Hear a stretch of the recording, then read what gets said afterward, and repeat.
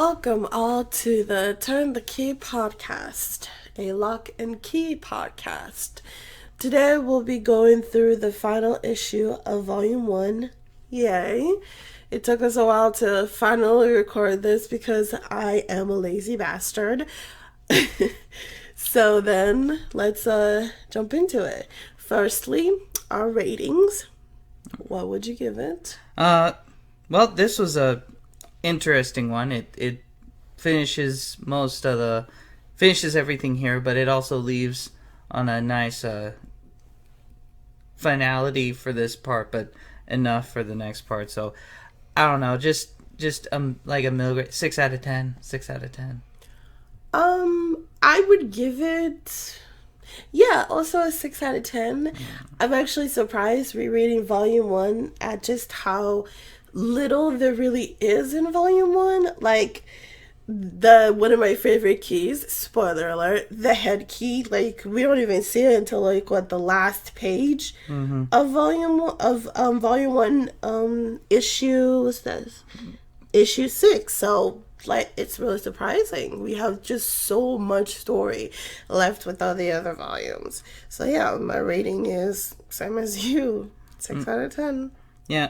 So on the first page here of this issue, we see Lesser with Ty just outside the wine cellar, and he's sort of talking back and forth to the mom and the uncle Duncan from the outside in, just more or less threatening them, saying, I need to know where the anywhere key is, and I got your son out here, and either you tell me what I want to know, or he gets it, basically. Yeah, and he also, has to correct himself and remember that, well, you're adults, you wouldn't really know what the anywhere key is. Basically, I'm just looking for 2 really old keys. Yeah, and then, now, an interesting thing here, just from flipping the page, is how it's a full page spread on both sides, so you get this neat little sort of visual gimmick where you're literally seeing orientation on both sides of the page as both sides of the door. It's like when you flip it, you open the door to the other room. Yeah, you're literally seeing both sides, and even the word bubbles orient themselves pretty accurately to where the characters are located on both sides of each side of the door here. And then also next to that, when it goes into the smaller panels and they're talking on both sides of the doors, you get these neat little panel breaks where they have little divots in them that match up to where the little divots in the doors are. Like on the outside, it has this one large break because that's where the wood is raised on the outside, and then on the inside it has these 2 sort of long bars there that are matched on the inside, just to add an extra little layer that they're to sort of show you, the reader, that it's not like normal panel breaks where it's cutting between 2 people in the same room. It's cutting between 2 people where there's a physical divide between them. So the panel, so in this case, the gutter between 2 panels is not a passage of time or a change of perspective. It's literally working as a physical separation between 2 people. It's a nice little thing for people who like to just, skim through the pages and get every little tiny detail. So it's nice. And again, they sort of are still going back and forth with, I don't know what you're talking about. And then finally, Ty and the mom sort of, you see them kind of hatch a plan with each other where she's sort of gaming Lesser by saying, oh, right, I know what you mean. And she kind of gets Ty to go along with it. The plan being to lure Lesser up to her room where Ty would hopefully be able to get a hold of her gun, so that Tai has a chance to like take out Lesser. It's a really interesting plan, and the fact that she can, calmly speak with her child and try to concoct this plan without him knowing just shows like a bit of like comfortableness that they've gained from surviving this incident before, and so being in it again, they kind of have a bit of experience, so they're not like freaking out too much. They're a bit calmer enough to actually devise this plan, which it's really interesting. Most people in this case, if it's the first time around, they will be a bit more freaked out. Mm-hmm. And then we cut from there to see Bodie, who has decided to use the ghost key again to try to find the anywhere key. Yeah, and you even get these neat little visual cues where he's trying to literally hammer against his head, like he's pounding his head trying to think, and the hand is actually shaped into a hammer to literally pound into his head. And I find it... And even into like little drills, because he's trying to drill deep into his head to try and think harder and harder. I didn't see that the first time around, but now I actually see that. That's interesting. Yeah. But it's nice that it's also bringing back to the first time Bodhi used the key, where he realized that when he was thinking of Kinzie, he just poof went to her without even having to fly to her. And so again, showing the intelligence of this little boy, he thinks, well, this is the best way I could find the key, that I don't know where it is. I'll just go into a ghost and just think real hard about it, and I'll just go to it. Mm-hmm. He is such an intelligent, tiny little man. And then we find, this is where we actually discover that the location of the anywhere key is actually Kinsey's bracelet. Mm-hmm. And then, there's this odd kind of panel right here, because Bodhi's supposed to be a ghost, but yet somehow he casts a reflection on the bracelet, and of course it's shown just a short while later that there's a small part of the bracelet that's actually the key. The rest of it is just a regular bracelet. So, which then can maybe like give you a bit of a hint that the key doesn't actually turn you into a ghost. Like, you don't actually like die a spirit or whatever. So it's not technically like a ghost key, which will explain why, anyone who actually uses the ghost key and becomes a ghost doesn't just randomly start seeing other dead people around. Yeah. Which is so nice. I like that. And then in the movie, they messed it up. In the show, they just, God save my soul. Okay, go on. And then, he, of course, jumps back into his body, and that's when he runs off here, and you decided to... I wanted to highlight the fact that Bodhi is in such a rush that he leaves the ghost key right in the keyhole of the door. He doesn't grab it and take it with him. So he's like, I gotta hurry up and get this thing so I can save my family. Yeah, that's one of those things that, of course, they highlight it there because it comes back. Yeah, in the later pages. Yeah. It's a nice little thing to notice. And they even like put a little twinkle on it, like ding, like pay attention to this, it'll come back. And then you get, and then again you see here Lesser going up with Tai as they go up the stairs here, and this is also a bit neat because you're seeing it's showing a passage of time as he sort of goes up the stairs, and then you also see Bodhi kind of quickly creeping around, trying not to get noticed by Lesser. Yeah. And it's kind of neat because it's because you see kind of this different sort of perspective and angle where it's not exactly like a copy paste of the angle, but it's actually moving up the up the staircase here.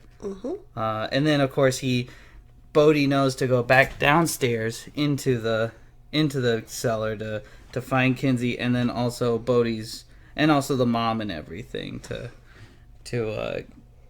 bring the bracelet back, because of course he doesn't know how to get the key out of it yet. Yeah. And then we of course jump from there over to Lesser and Ty in his mom's bedroom, looking around. And so Lesser goes to the drawer that the mom said the keys were in, while Tyler is like discreetly trying to open the other drawer where the gun is, but not so discreetly because there's like a mirror right in front of Lesser, and Lesser can see whatever is happening behind him, and he's like, "You cheeky bastard." Yeah, that's one of those, like, you see, that's one of those cliche things that, of course, they're playing with again, where again, you know, Lesser has kind of gotten help and aid from mirrors and reflections, and here he is again getting aid and help from a mirror and reflection. You know, he got aid with getting the scissors and the mirror out of the toilet in the juvie hall, and then he used the mirror to take out the guard, and then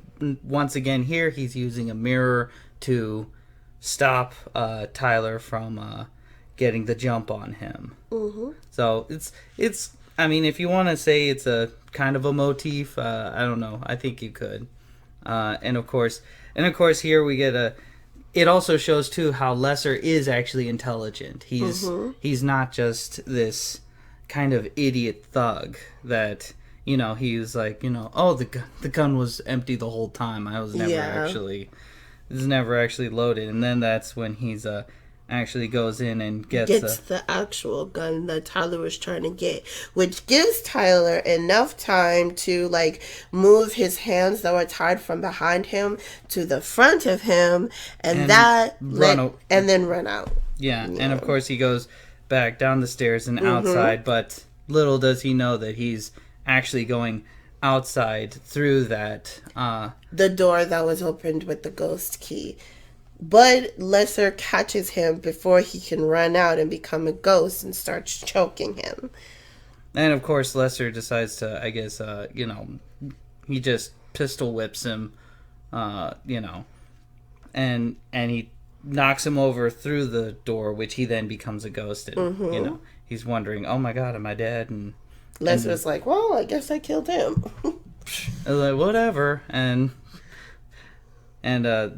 then we cut to again. Bodie is now brought the little thing back to the. He's brought the bracelet back to the woman at the well to hopefully, you know, it's like, okay, I did what you wanted. Now save my family. And of course that's when the lady starts monologuing, you know, her villainous monologue, talking about your father. He used this key on me, unlocked my thoughts, and took my memories, and then that explains too why she doesn't know a lot of things that maybe she should know or whatever. And it's really interesting how Bodhi's naivete is highlighted. Even though he is really smart, he is still, at the end of the day, a child, and he gets easily manipulated. If it was, say, Kinzie or Tyler, they would have been like, before I give you this key, you gotta show me somehow, some way that you could save my family. You know, I need a guarantee. But Bodhi's like, well, she said she would do it, and I trust. And my family's in danger right now, so we gotta do it right now. Mm-hmm. And then you took a notice of this for some reason.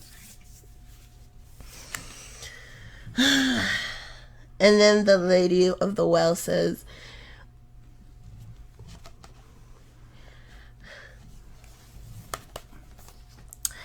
Thank you for this. You're a little guy, Bodie. Kids always think they're coming into a story at the beginning when usually they're coming in at the end. No, you can't understand because you're reading the last chapter of something without having read the first chapter. Well, you read those backwards. Oh, right. So the reason why I highlighted is because, duh, we're the kids. Well, if you were a kid and you read this for the first time, basically this is the author talking to the reader. It's like you come in and at the last chapter and it's the last chapter of the volume. You kids always think you're reading the story from the beginning, but you came in halfway. You don't know shit. You don't know what the heck happened decades ago before you arrived and, got a hold of these keys. And I just found that amazing. It fits in so perfectly with the story, while at the same time also like you have the author speaking directly to the readers, and I loved that.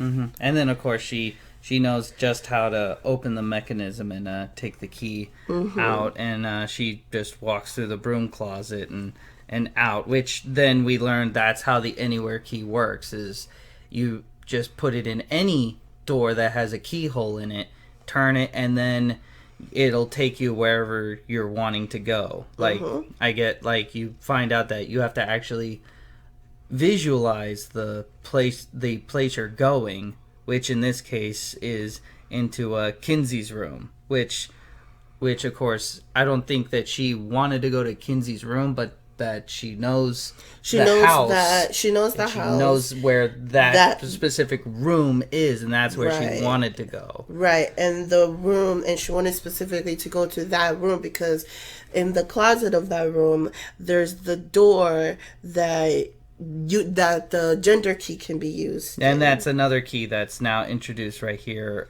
in a little baggie around her neck is the gender key, which is, one of the things. I love the gender key. The gender key plays such a huge role in one of like the side characters in the later volumes, and I love the gender key. Yeah, well, I love the gender key so much. Right, but of course the problem then is that this was written back in 2000, 2003 or 2006 or 2005, and unfortunately we don't live in that world anymore, and you can't. But the other thing is the gender key wasn't making 2008 yeah, the gender key wasn't making any specific statement. Neither were the characters making any specific statement. You could literally interpret the gender key whichever way you wanted to, and there's nothing within the writing that goes either or. But according to the writing, they're saying the writing is saying this gender key is for male and female. That means, according to this world and this universe and everything, there are only two genders. Oh my god! And you can I don't know how to, if a person is offended by that kind of interpretation, just call it the sex key. Don't call. Oh wait, no. Okay, I get why you don't call it the sex key. Never mind. People would do a riot. Okay, fine. I get how it could be problematic. I really do. But at the same time, I just really loved how it played into the story, and I understand why it couldn't be in the show, but I'm really disappointed that it couldn't be in the show. Well, considering what they did, yeah, it's just the gender key was problematic, and then eventually we're going to get to another key that also was problematic for a semi-related reason, and then also to the other part here where one thing I would say that makes it better in here than in the show is that the gender key is very restricted, and yes, and of course we're not calling it the gender key to make any sort of statement. In the comics, in the back where they list all the keys, it is listed. That is its literal name. So when we're referring to the gender key, we're referring to the name given in the book, not as any kind of interpretation for us. But yeah, the key itself, much like all the other keys, it too has a related doorway that you have to walk through, and it's like this sort of tiny closet inside of Kinsey's closet, like a little doorway that you have to open and crawl through. And of course, whatever gender, male or female in this case, is the only ones we have that they show, male or female. If you are male and you crawl through, you become female, and if you are female, then you crawl through, you become male. And so the well lady, who had been female the whole time, she crawls through, comes back out again, and she is male. And of course, the door is like this kind of one-way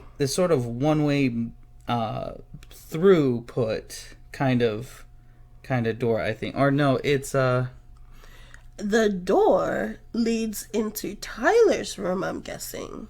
Oh. Yeah, right. So it's this tiny door that when open, it's really, not a one-way. It's from Kinsey's room into Tyler's room. Yeah. And it's really, really interesting how Kinzie, that's her room, and then the well lady, being a female, enters Kinsey's room and then exits out of Kinsey's room into Tyler's room.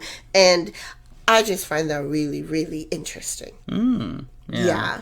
And like, obviously the bedrooms weren't like, oh, this is the male bedroom, this is the female. No, obviously when the kids got there, they just chose, okay, I want this room as my room, and I want and it just so happened to play out that way. And then, we get into a little bit of a wonkiness here, because we see the well lady, come out of the wall, come out of the doorway as a man now, but of course she still has the long hair, wearing the same dress, and even comments, that she needs to steal some of Tyler's clothes so that he has something to wear to go with the balls. But, as we see later, he manages to cut his hair, but then also grows a bit of facial hair, so I don't know how he grew facial hair so quickly and so perfectly sculpted. I'd call shenanigans on that part there, but I just wanted to highlight a few things in both Tyler and Kenzie's room. So Tyler is apparently a fan of, what's that, 49ers. 30 Days of Night. 30 Days of Night. Well, it's another IDW comic property, so they're giving a little shout out for themselves. And Kinzie, even though she physically doesn't look like her old self, she still has like posters in her room of Bob Marley, apparently. Yes, shout out to who she originally was with her hot dreads. Bob Marley, also the Jamaican flag, also Dreamcatcher, also maybe hand knit pillows. So the old Kinzie is still there, just in hiding. Because of course we see also earlier in the mom's room that she also has a small hand knit pillow that she made for her mom. Aww. So we can guess that was probably her, or maybe her and her mom did some kind of arts and crafting or something. That's adorable. And so yeah, she is now a he, and he has escaped, and now Tyler has remembered back to how what Bodie was telling him about a ghost key. He's like, oh my goodness, the kid was telling the truth. And so he starts thinking about his mom, and then boom, vanishes to where his mom is. Now, this is another part where I have to call shenanigans again with kind of, they play a little funny with space and time, because again, Tyler was passed out on the floor at the entrance of the ghost key, and so Sam dragged Tyler's dead body all the way back to the wine cellar just to I don't know why, I don't know why, because, the mom and Duncan are on the other side. It's not like... Well, he wanted it to be confirmed by Kinzie. Like, he says, he's telling the mom, well, I've already killed Tyler, and if you don't believe me, I'll just wake up Kinzie, and she'll confirm that, yeah, he's actually dead, so we can repeat this process again until you tell me where the heck the keys actually are. I don't know. I don't know. It feels like, maybe he could have just said, well, I got the gun. I'm pointing at Kinzie. I'll just blow her brains out. Like, dragging a dead Tyler all the way back down the stairs. I don't know. It just feels like an extra step. And it just felt like this kind of shortcut to get everybody in the same room so that we can have our big final climactic end there. It's one of the... It's just, like, after this, I think, like, they don't really do this kind of little rearrange the chess pieces kind of thing. I don't know. I think it makes sense to his character. And not only that, but also maybe Kinzie would be more likely to talk if he actually did see Tyler's body there. And maybe, like, I don't know, to just make it more serious and more believable that he means business. So, yeah. I mean, he's obviously in good shape. I mean, he dragged Kenzie's body all the way from the woods to down the stairs, and then Tyler's body all the way back. He's getting all of his cardio in for this, and this is where, at this part on 146, he finally remembers what Bodie was telling him in the sort of sepia tone flashback.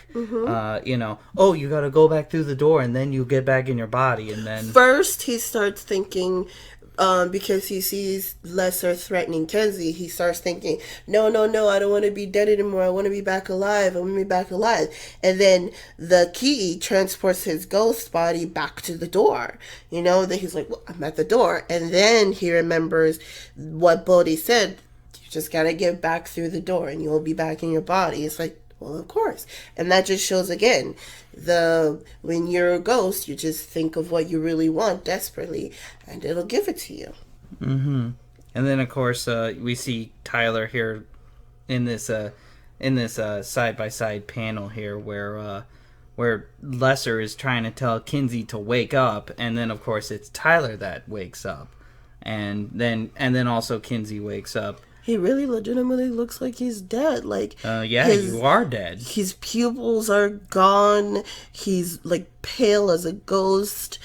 And then, all life just returns to him magically. Mm-hmm. And then we get into the big final showdown brawl of the issue with Tyler finally pushing back against Lesser, and Lesser and them just going back and forth, just trying to fight each other. Kinzie grabs the gun and tries to aim it at Lesser, but Lesser manages to get out of there and up the stairs just in time. And then, like, she gets to shoot him. She shoots Lesser in the leg while Lesser is crawling upwards. And then you see Tyler hugging Kinzie, even though his hands are still bound, like tied up, and... that's just a nice family. That's a nice moment. You see the three siblings just, like, being happy that they're all not dead. And, of course, Bodie is in the best shape of all of them. No blunt force trauma to the head. Gotta save the little kid. And then finally Lesser gets out of there and recognizes the well lady who is now a guy, and this is where, he just decides, you did your best, and now you have to do one last thing for me, which is he snaps his neck to nearly kill him, and then just chucks him out of the doorway with the ghost key. And of course, we can guess what happened next. He tosses him out, and now his spirit is separated from his body, and he closes the door, locks it up, and takes the key, and then leaves.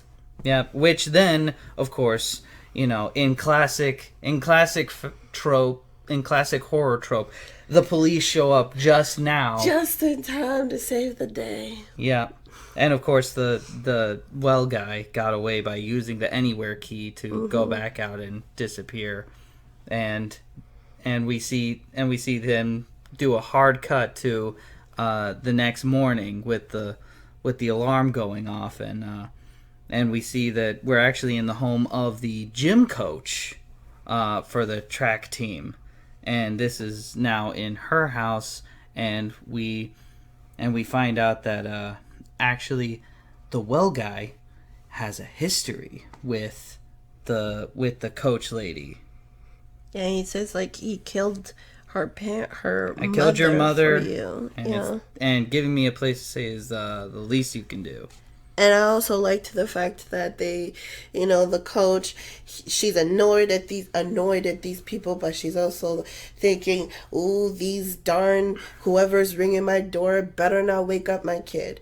And that's just nice. She's, has such love for her kid, and I like that that's noted. Yeah, and of course we see a little picture of the kid, and right there on her bedside with a big toy robot. It's such love, such family love. Yeah, and of course that's gonna play a much bigger role later. Absolutely. And then of course the cops are now all outside the Locke house and outside the Key house, and they're just wrapping things up, and Duncan doesn't know where anyone went, and it all just more or less ends with on a happy note with the Locke family here.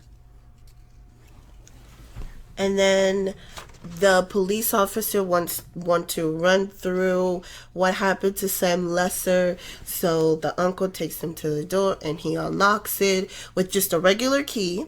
And they go through and nobody turns into a ghost. But Tyler, he's still a little bit freaked out about what happened. He approaches the door a little scared, not sure if he should go through it. Maybe he'll turn into a ghost again. And his mom thinks, oh, well, he's having PTSD about what Lesser did.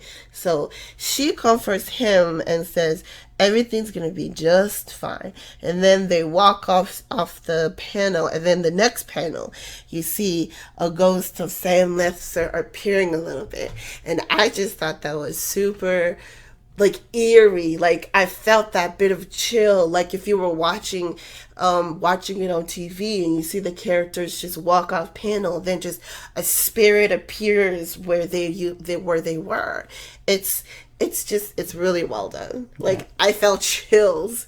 We get a nice cut to 2 weeks later now with a familiar scene of Bodie once again fishing in the little outside standing pond, little wading pool, and of course he's not trying to catch fish, he is trying to catch keys. And Kinzie is out there, and up behind them comes Tyler and Tyler's new friend Zach, and Zach is of course Wellboy, only now sporting a soul patch. Well, it's been a couple of weeks. 2 weeks you can grow a soul patch in 2 weeks.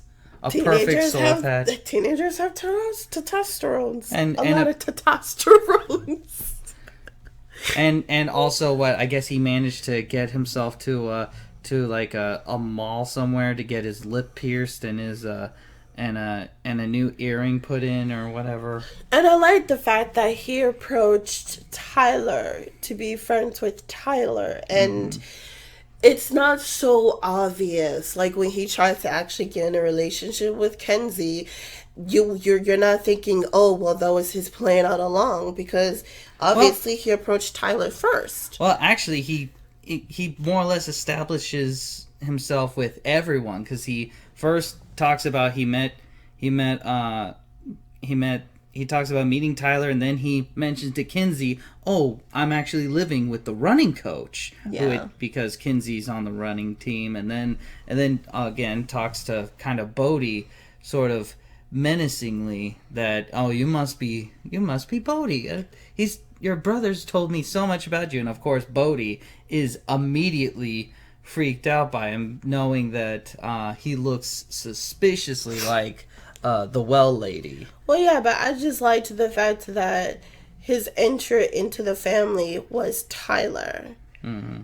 As opposed to the TV show where he's so freaking obvious. It's ridiculous, but whatever. And then we get to the last page here where we see Bodie picking up the head key. Fishing out the head key from the little pond. And that ties back to basically the like unspoken rule of the key. Or was it spoken? It was probably spoken. But the magic and the rule of the key is that it mostly shows itself to the youngest of the children living in the house. So the key will always just appear to them first, and then, any other kid can probably, see it and use it, this and the third, but it will mostly always be founded by the youngest of the kids. And I love that. That's perfect. And it fits so well with like magic being attracted to children, and specifically little children and being tied to children. And even in this like dark, creepy story, the rule of that still applies.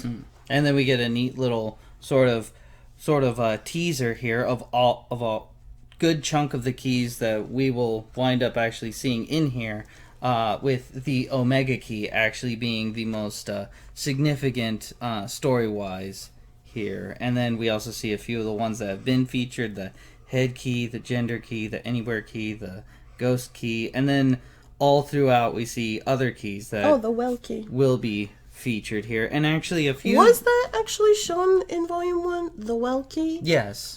Yes. Mm-hmm. But some of them actually don't get featured in here, like... Right, the animal key? Yeah. It's called.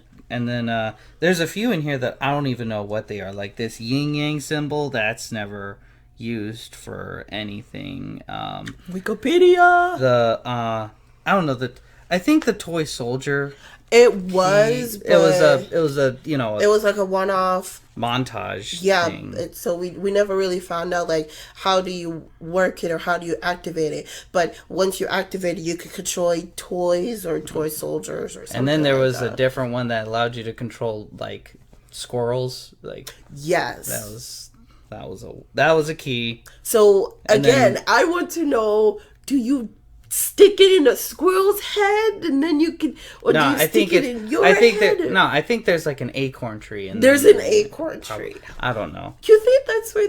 You know what? No. And then there's this question mark key, which again that's never seen or shown. And then there's also this pyramid key that looks like the Illuminati symbol on the back of the $1 bills that is never done anything with. This one that looks kind of like looks kind of like, well, spoilers, but this one that looks kind of like a star. That's never a thing. Is the moon key in this montage? No, but we do have the gate key, the mouth key, the vampire key. No, not the vampire key. It's there's a one-off story called Lock and Key Grindhouse where there's Did I read that? Yeah, you read all the side. I did read. All it does is you turn the key and then you open it, and it's literally just a set of giant jaws that just eats you when you walk through. Well, that's awful. That's why it was a one-off. That's why it was a one-off. It was not a. I wasn't a super fan of a lot of those side issues, but we'll get to those particular issues eventually. Maybe in like 2 or 3 years we'll get to them. Well, I mean that this is it. This is all of book 1 now of Lock and Key that's finally finished. This thing is heavy.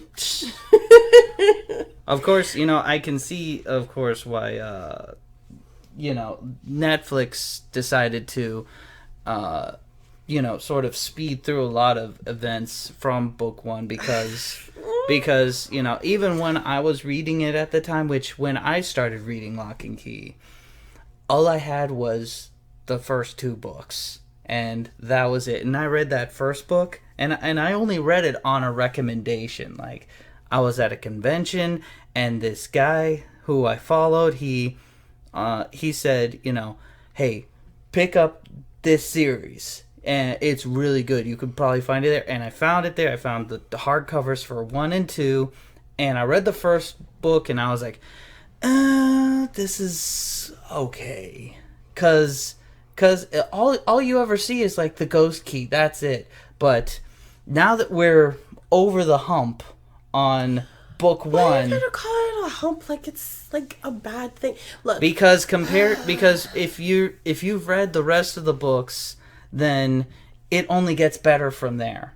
This is like book 1 is literally the least exciting, in my opinion, book of the 6 books, which is good because if you have to have a least favorite, you could do it. It could be worse than your first book. Like when people complain about a lot of series, they usually complain that the last book in a series or the last entry in a series is the weakest, and then the ending is the weakest, and then if that's the case, then usually it sours them on the series total.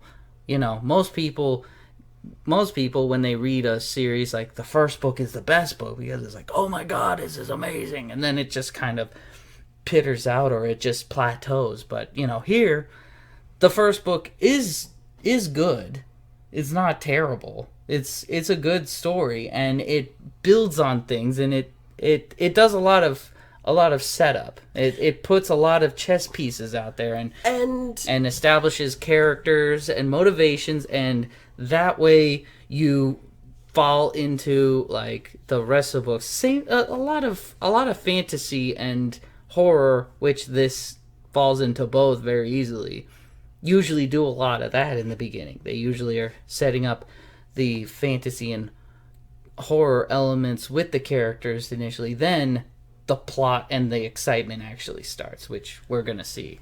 Honestly, I love you, but I think that's horrible that you consider the first book as like a hump you have to get past in order, because the setup is so necessary, and like you would not have had such a connection to Kinzie if you didn't know that she had this huge change and character shift and trauma and was traumatized, and a little quirk about biting her lip, or you wouldn't understand, you wouldn't like feel like Tyler's mental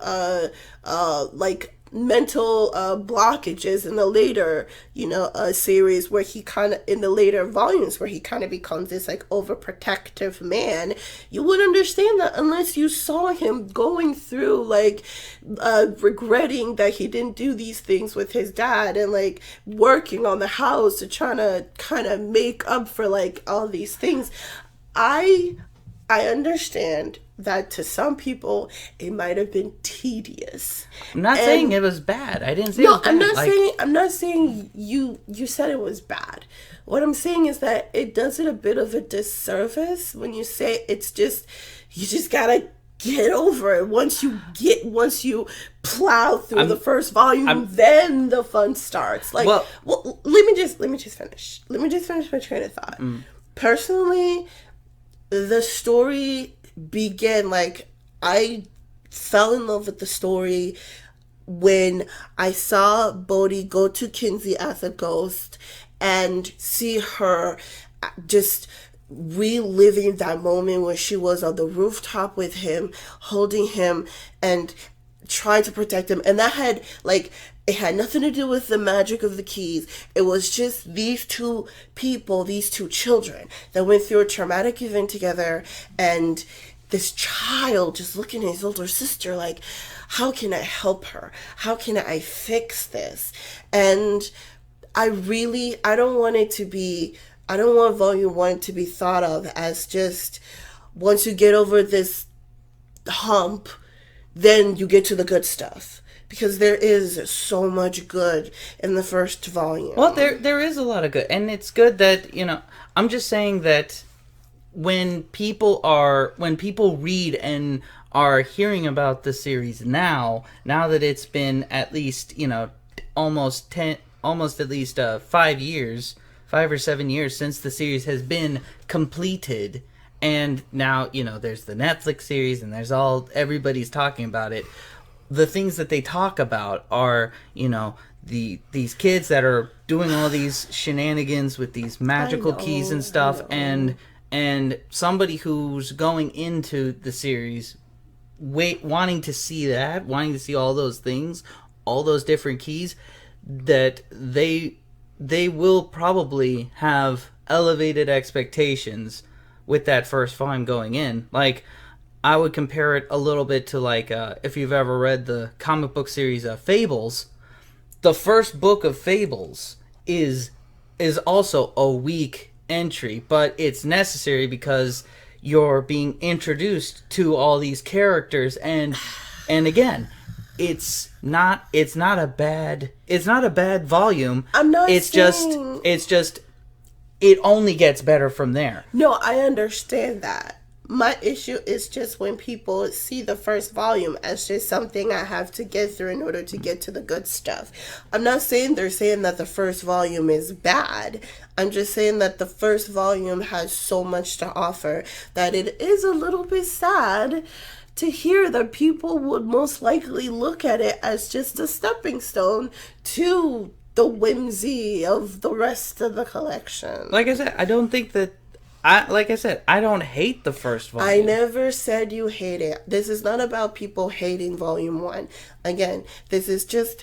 It's a little bit disappointing that people wouldn't look at volume 1 as, like, something I would like to spend time with. They look at it more like, okay, this is something I have to get through in order to get to the quote-unquote best parts.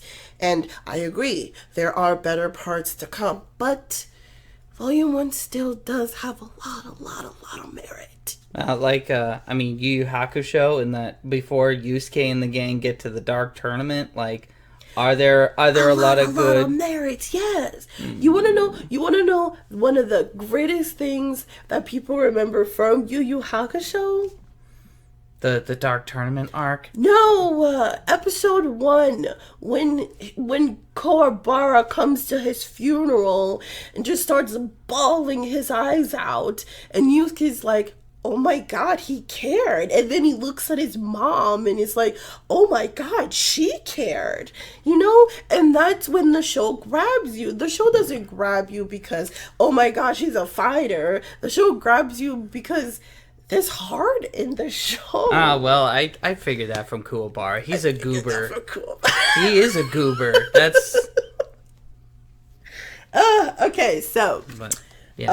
So now like I said, I give the first volume a 6 out of 10. It's a solid good mark, and considering that volumes 2 through 6 are probably gonna be in the 8, 9, or 10 areas, like... Okay, so what do you give the whole volume? The whole volume, I give it a 6 out of 10. A 6 out of 10?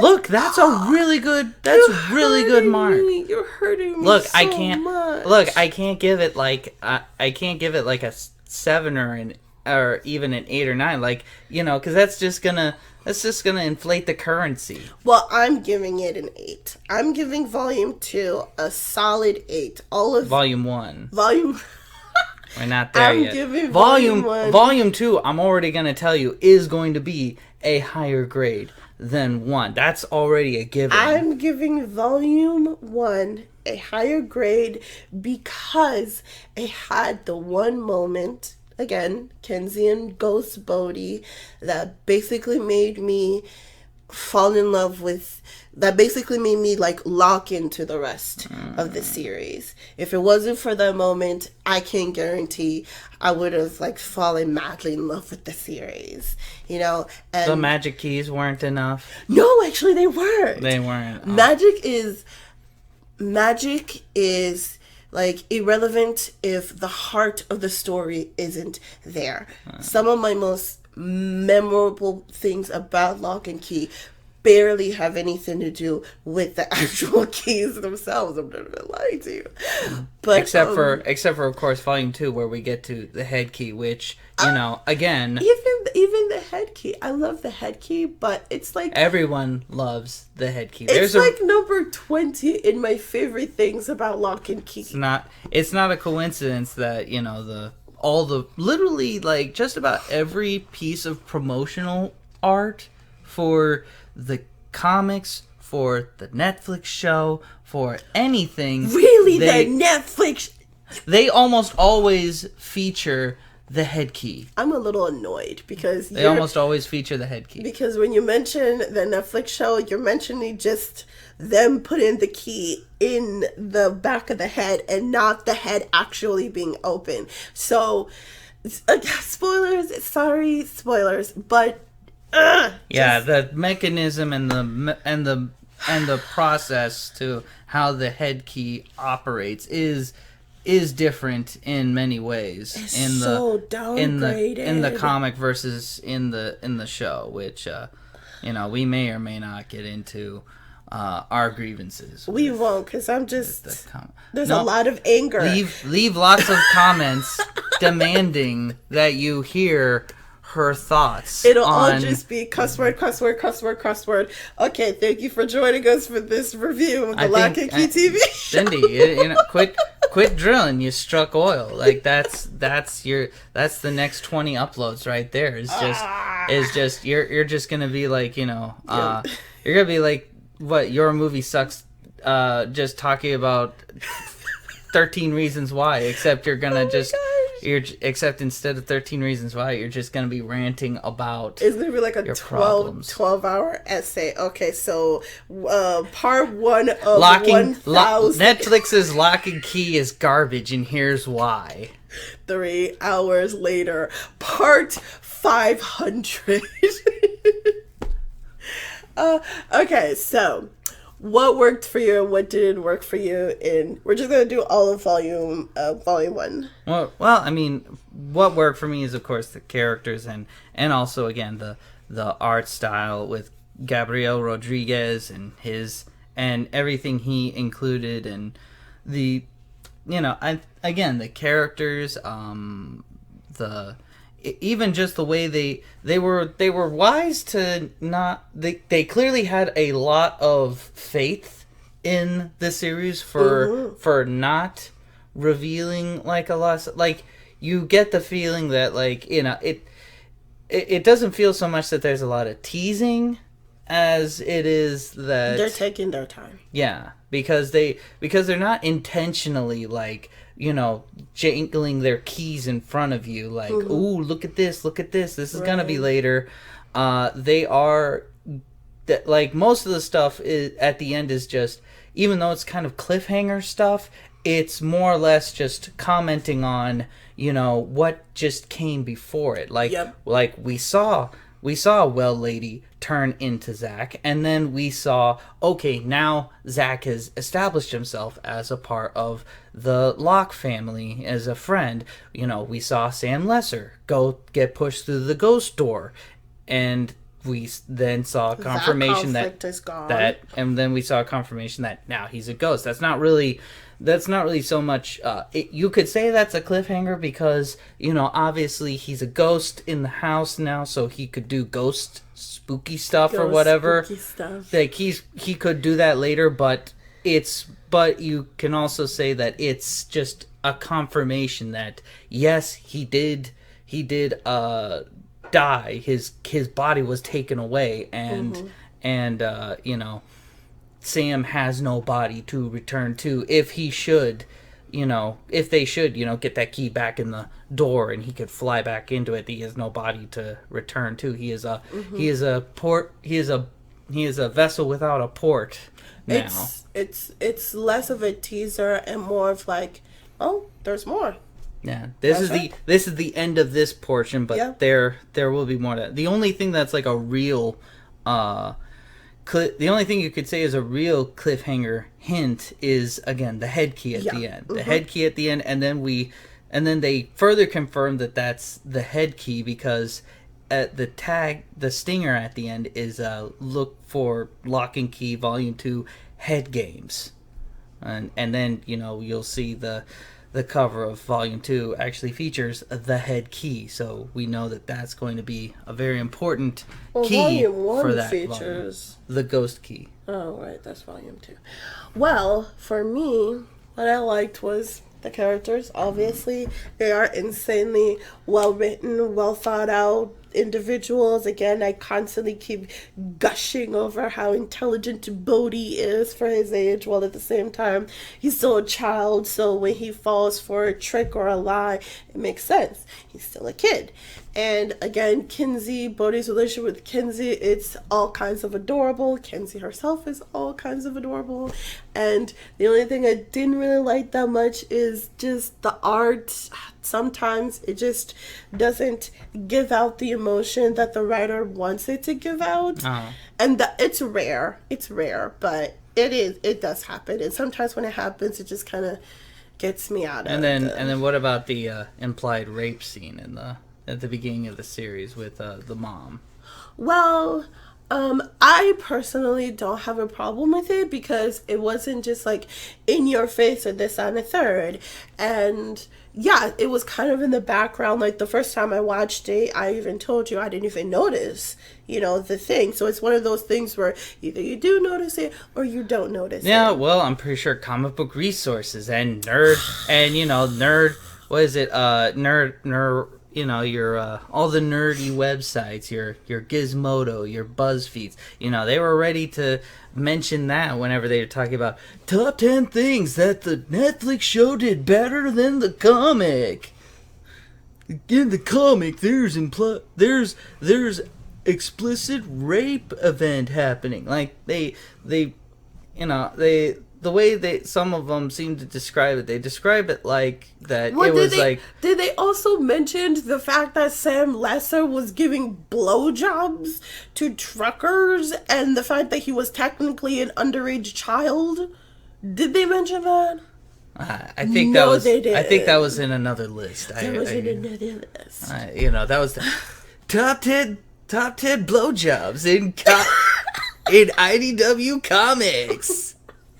No, the blowjob thing, I don't know if you took it out, if it would or would not work. I don't know.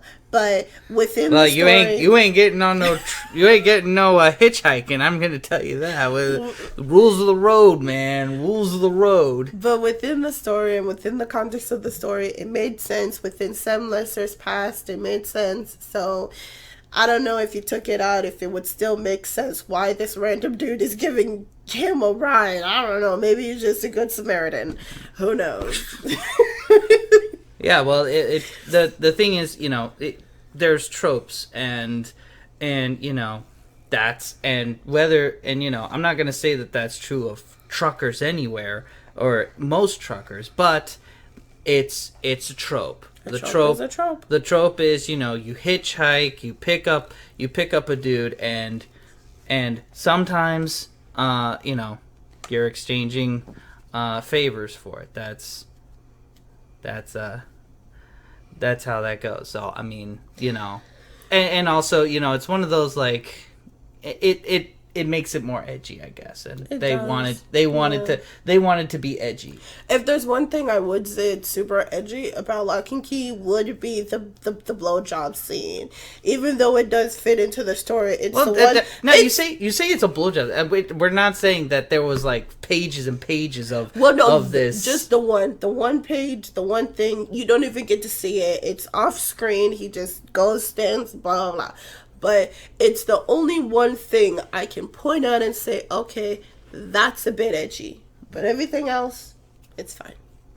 Even the gender key. Even the gender key. I love the gender key. You would never convince me that gender key is wrong. Top 10 things that the Netflix Lock and Key did better than the comic. Maybe change the name, orientation key or whatever. But just orientation key, and then there's like key alone. And then there's like a bajillion little things on there for every conceivable pick what gender. you want. Pick what you want. Pick what you want. Well, anyways, you could never in the history of life convince me that Gender Key's wrong, I'm not here for it. So, oh boy, so I don't. Thank you.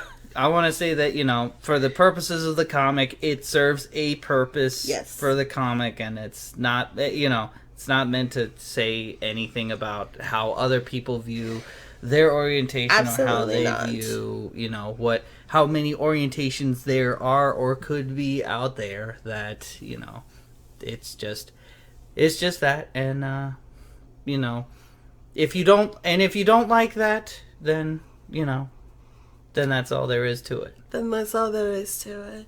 All right, thank you all for joining us for another Turn the Key podcast.